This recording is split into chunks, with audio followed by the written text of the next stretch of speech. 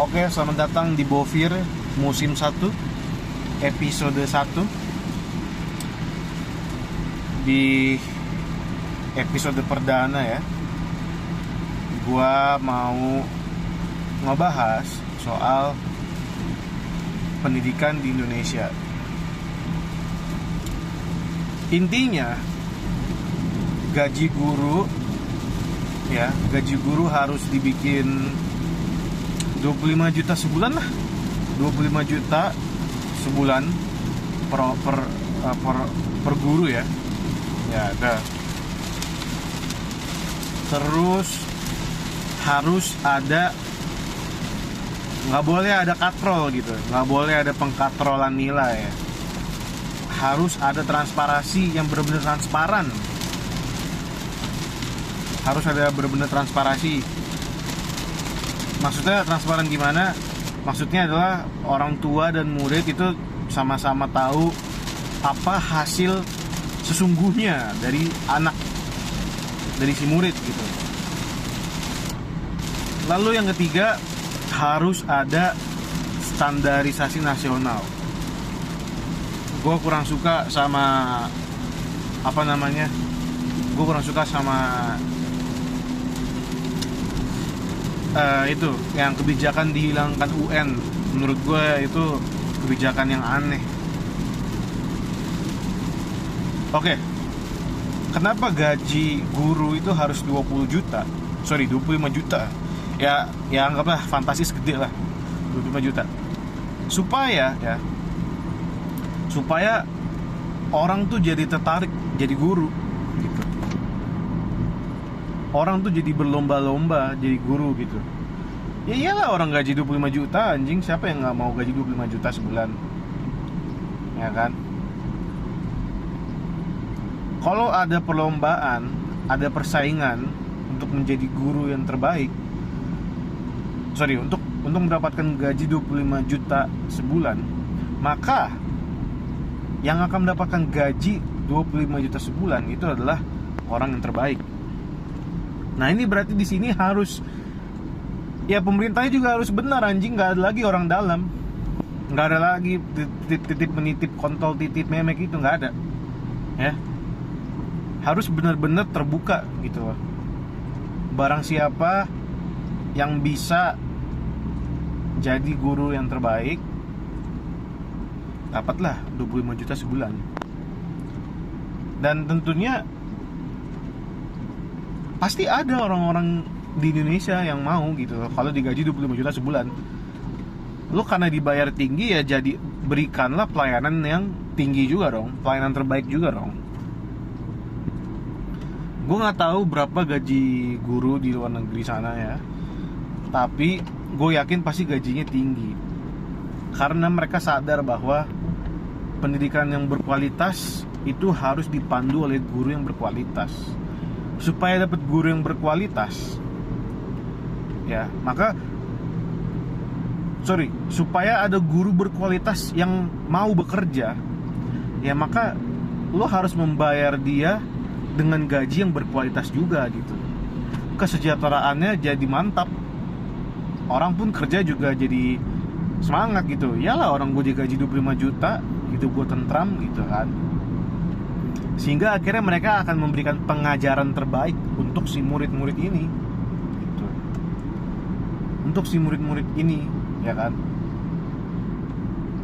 Dan nanti hasilnya pun juga akan jauh lebih berkualitas, karena ya gurunya niat ngajar gitu, ya kan. Dan harus dikasih sistem reward. Semakin jago guru ini merangsang prestasi, harus dinaikin gajinya gitu, supaya dia pun juga nggak pusingin lagi soal duit gitu, dan dia berfokus ke karyanya dia, yakni bagaimana supaya dia bisa menghasilkan bibit-bibit berprestasi berikutnya gitu. Ya intinya supaya orang jadi mau niat kerja yang baik jadi guru ya gajilah guru dengan gaji yang tinggi gitu.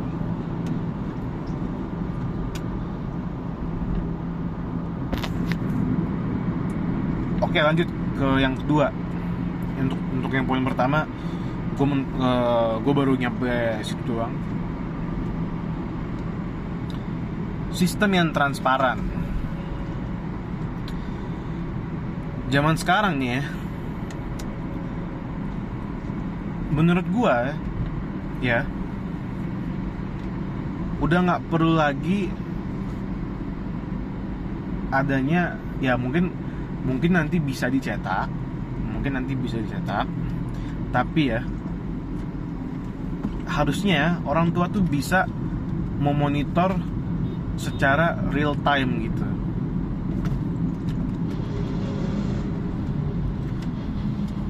Memonitor secara real time dalam artian, ini anak gue lagi ngapain sih di sekolah gitu. Anak gue udah ngerti apa aja sih. Anak gue hasil belajarnya berapa nilainya gitu. Anak gue aktif di ekskul dan organisasi apa aja sih. Anak gue interestnya apa ya gitu. Gimana caranya agar pemerintah bisa mewujudkan transparansi itu gitu. Bro, can you give me some space? Thank you.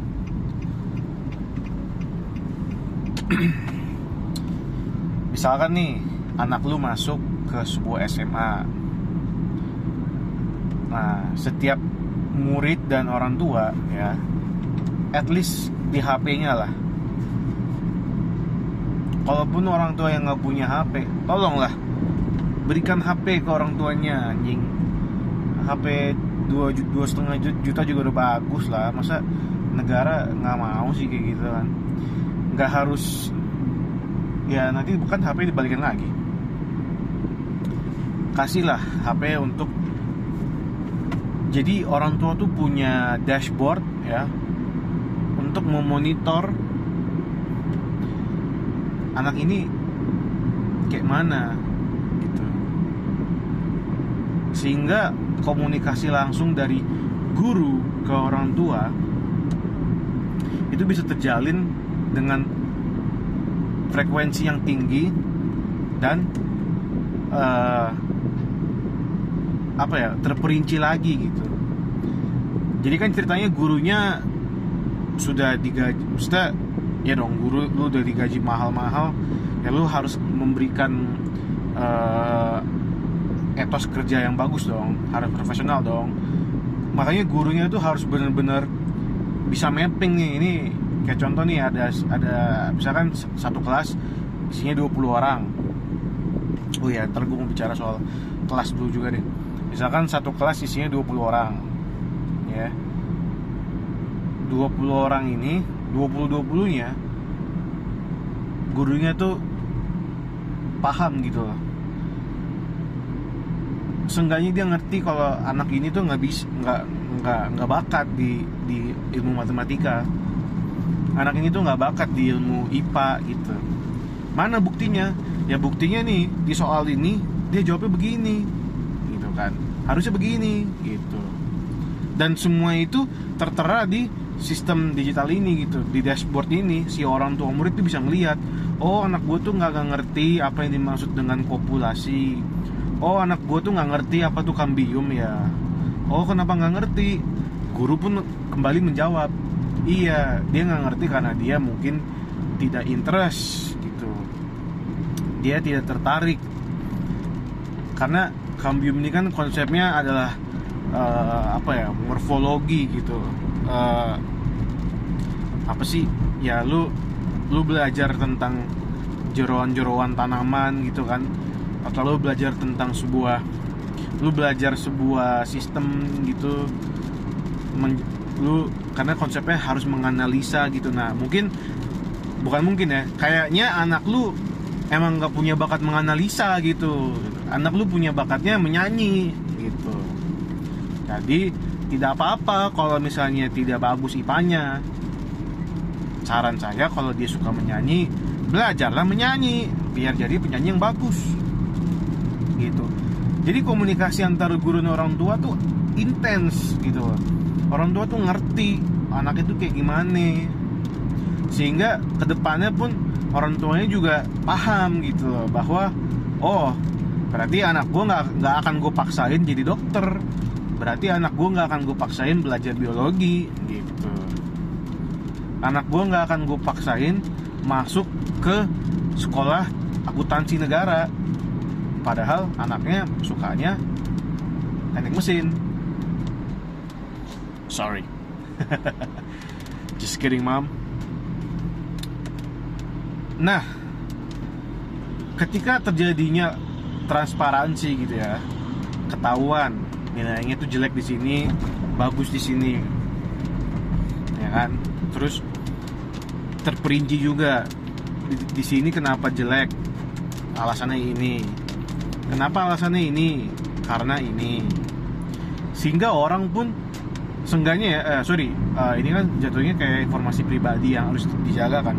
Jadi setidaknya orang tua dan institut perguruan tinggi yang mau menerima anak, mereka tuh punya informasi detail tentang anaknya ini gitu loh, ya kan. Jadi tuh ketika mereka sekolah ya, anaknya ini tuh tahu harus belajar ke arah mana, maksudnya orang tua dan anak itu jadi mengerti kalau pendidikan yang harus diambil berikutnya tuh pendidikan apa gitu, dan semuanya tersimpan di sistem informasi tadi gitu. Transparansi itu, nilainya kelihatan, nggak ada katrol ya, nggak ada tuh katrol. Ya apa yang sudah dicapai ya itu nilainya. Lu mau dapat nilai 40 kayak ya udah 40 nilai lu di situ gitu. Kalau misalnya nanti ada murid ya, ada murid yang ya udah nilainya jelek semua gitu loh, bahasa Indonesia jelek, bahasa Inggris jelek, matematika jelek, mau belajar tentang ilmu pengetahuan alam jelek, ilmu pengetahuan sosial jelek, ya udah. Dan it means jangan berikan dia posisi ya berarti nggak ada kata lain untuk bilang bahwa anaknya ibu atau anaknya bapak ini ya SDM rendah. ya mau gimana gitu loh. Ya itu harus balik ke orang tua dan muridnya lagi. Ya lu mau gimana? Ya lu mau, maksudnya tergantung juga lu mau melatih lagi nggak anak lu gitu. Anaknya juga mau dilatih nggak gitu. Atau mungkin anak lu cocoknya ya udah jadi driver aja, driver kayak Gojek gitu loh. Ya kan? Orang cuman belajar bawa motor gitu kan, bikin SIM. Jadi dia nggak perlu lagi kuliah. Kalau udah tahu anaknya tolol gitu lah, udah langsung aja nyari duit tuh jadi Gojek. Kalau ada anak yang kelihatannya matematikanya bagus, bahasa Indonesianya bagus, bahasa Inggrisnya bagus, IPA-nya bagus, IPS-nya bagus, maka orang-orang seperti ini adalah orang-orang yang harus dikembangin lagi lah. Terserah anaknya mau minatnya kemana kan. Pasti juga adalah instrumen-instrumen yang bisa menentukan bahwa anak ini lebih cocoknya ke arah sini gitu. Maksud gue, orang-orang yang punya hasil-hasil bagus, ya itulah yang harus diprioritaskan gitu loh. Sehingga mappingnya tuh jelas, siapa yang bisa diprioritasin, siapa yang udah cukup di situ aja gitu loh. Ya terserah dia, kalau dia mau ngembangin diri lagi silakan, tapi sampai di detik ini kontol nih orang-orang yang ngeliat dari kiri, anjing mepet. Ya udah sampai di detik ini ya lu cukup gitu aja dulu gitu. Ya mungkin lu jadi apalah, gue nggak tahu pekerjaan buat orang bodoh apa ya, bersih bersih atau nganterin paket. Sorry, gue nggak maksud untuk ngatain orang-orang yang pekerjaannya seperti itu bodoh ya, tapi ya lu juga sadar diri lah kalau lu nggak bisa untuk melaksanakan sebuah pekerjaan yang membutuhkan kapasitas intelektual, ya jangan lu ambil gitu lah. Lu ambillah yang sesuai dengan kapasitas intelektual lu gitu. Sama halnya juga kalau tadi gue bilang kapasitas intelektual, berarti juga ada tuh yang harus ngecek kapasitas fisik dan kapasitas emosionalnya gitu loh. Semuanya itu diarahkan sesuai dengan data yang ada gitu. Tadi topik kedua kan udah ada ya. Tadi yang ketiga apa gue lupa. Standarisasi nasional. Menurut gue standar nasional tuh harus kembali ada. Harus. Kenapa? Karena begini men. Ntar ya gue bayar dulu pakai e-tol guys.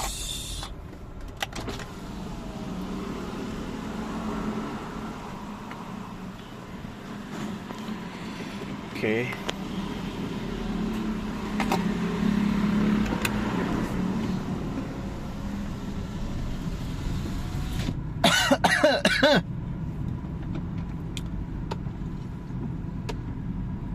Misalkan nih ya, dari SD mungkin jadi gini, SD sampai SMA ya udahlah, sebuah sekolah wajib gitu ya supaya rakyat lu juga bisa mengetahui wawasan dasar dong, ya nggak?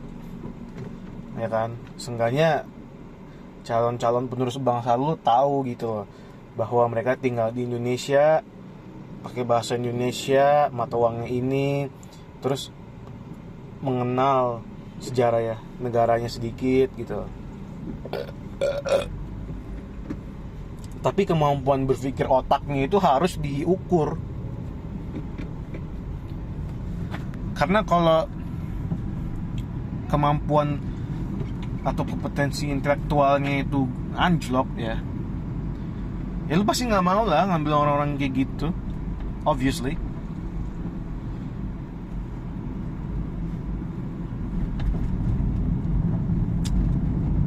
SD misalkan nih, di SD tuh sebenarnya gue juga lumayan suka dengan yang kurikulum merdeka sekarang. Nggak ada istilah nggak naik kelas atau ya pokoknya kalau lu nggak naik kelas 5 kali pun lu nggak bakal dikeluarin gitu loh. Yang ada ya lu harus mendidik anak ini supaya dia bisa lulus SD gitu kan. Ya pokoknya gini aja, dari SD silakan guru yang digaji 25 juta ini bekerja dengan maksimal ya kan. Lu ajarin dah tuh anak-anak SD ya cara berhitung ya, yang paling penting sih menurut gue ya kemampuan berkomunikasi ya, ini sih IQ, EQ, SQ, intelligent, intelektual, emosional, sosial gitu. Menurut gue itu adalah tiga hal yang harus banget dimantapin dulu ya di masa-masa sekolah dasar. Baru nanti di masa-masa SMP tunggu. Nah, misalkan nih IQ diukur dari mana? Mungkin dari matematika gitu. Terus bersosial diukurnya dari mana? Mungkin dari kerja kelompok gitu. Mungkin dari bahasa Indonesia berkomunikasinya, mungkin dari berbicara di depan bagaimana. Terus EQ ya kan, emosional, mungkin itu bisa juga dari kerja kelompok gitu. Kan kadang kalau kerja kelompok ada yang baper, ada yang apa ya, maksudnya dia jadi nggak mood, dia jadi males gitu karena ada si dia, karena ada si ini gitu ya kan. Nah, biarkanlah itu semua dilatih dan dinilai, diukur sama si guru, dan apapun hasilnya cantumkanlah gitu. Jangan ada pengkatrol-katrolan. Jadi kembali lagi ya, transparansinya harus ada gitu. Nggak bisa diubah-ubah gitu. Jadi anak ini seperti apa, ya udah dicatat aja gitu. Iya kan?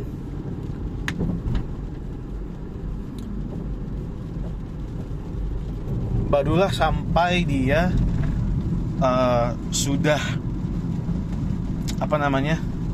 sudah selesai nih masa-masa sekolah dasarnya, masuklah ke SMP.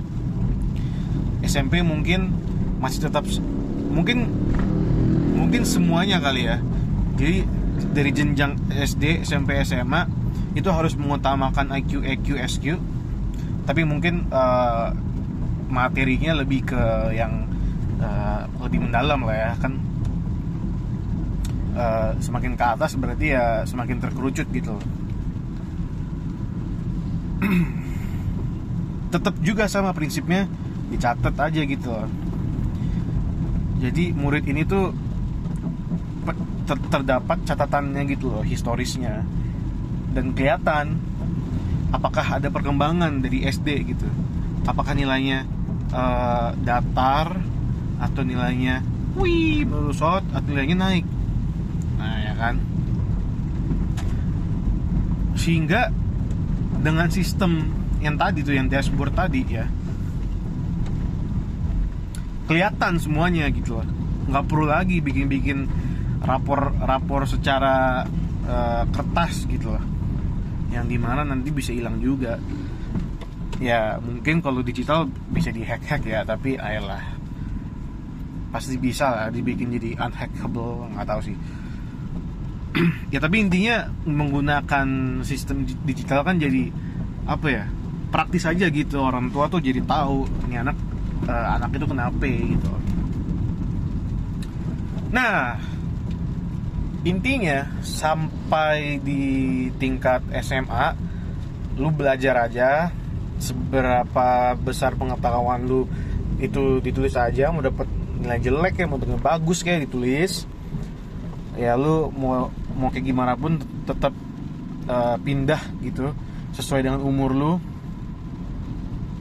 Barulah nanti di SMA ya. Sorry. Gue baru kepikiran, apa mungkin di setiap jenjang kali ya.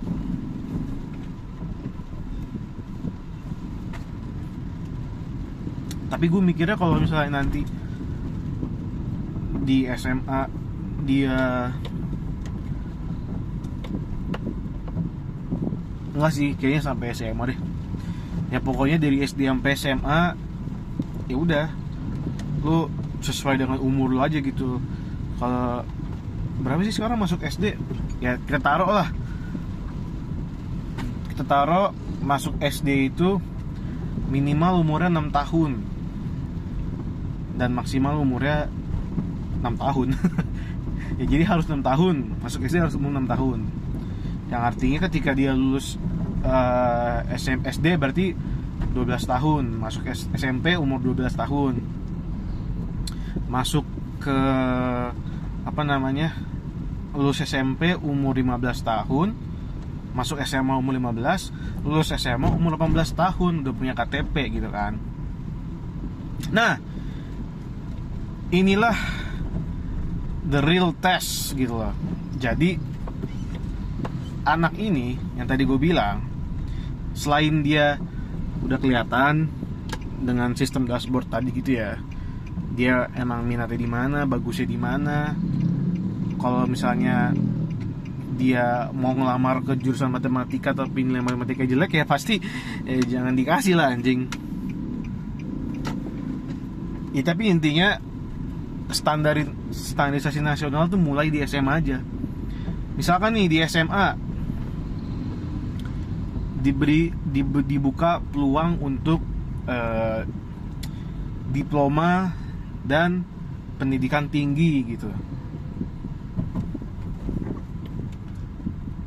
Standarisasi nasionalnya itu harus ya SNBT berarti ya, SNBT dong berarti. SNBT berarti udah sesuai dengan konsep gue dong. Tapi ya itu gurunya kan belum sama sistemnya. Nah SNBT tuh udah oke sih menurut gue. Soalnya kan SNBT tuh ini dia bukan tes yang bermateri, tapi tes yang mengukur intelektual otak lo kan. SNBT berarti udah oke sih. Gue nggak tahu ntar 5 tahun lagi dibilangnya apa. Berubah lagi ntar. Enggak sih, tapi SNBT emang beda sama SBMPTN. SBM kan udah ada materi muatannya gitu, ada muatan yang saintek sama soskum beda. Tapi SNBT kan beda, dia lebih ke tes penalaran bla bla bla. Nah itulah intinya. Nah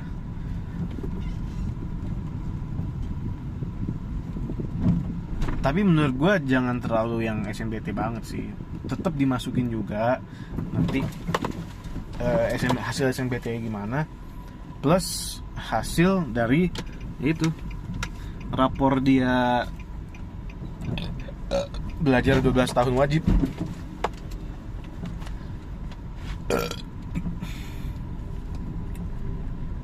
Yang gue bilang tadi,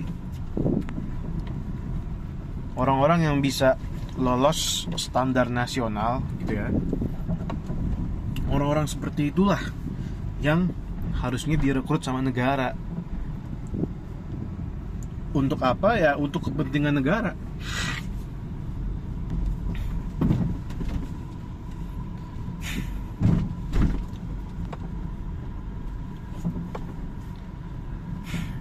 Sorry, ngupil guys. Nah, sampai mana gue tadi mikir ya?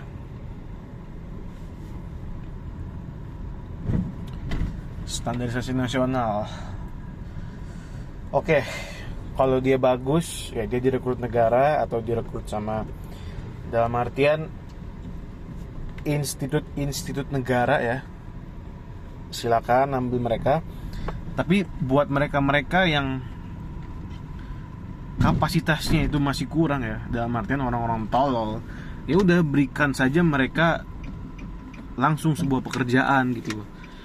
Tapi pekerjaan-pekerjaan yang ini aja gitu loh, yang lu start small dan nggak perlu, misalnya nggak tidak membutuhkan kapasitas yang sangat-sangat tinggi gitu, melainkan just a small capacity from your brain gitu ya. Jadi hanya perlu kapasitas kecil aja untuk bisa bekerja gitu loh.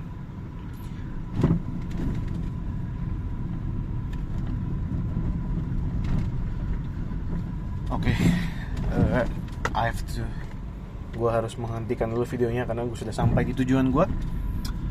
Tapi semua inti-inti dari apa yang mau gue sampaikan ya, itu sudah ada di video ini. Ya silakanlah kalian pikir-pikir lagi. Ya itu inti dari Bofir.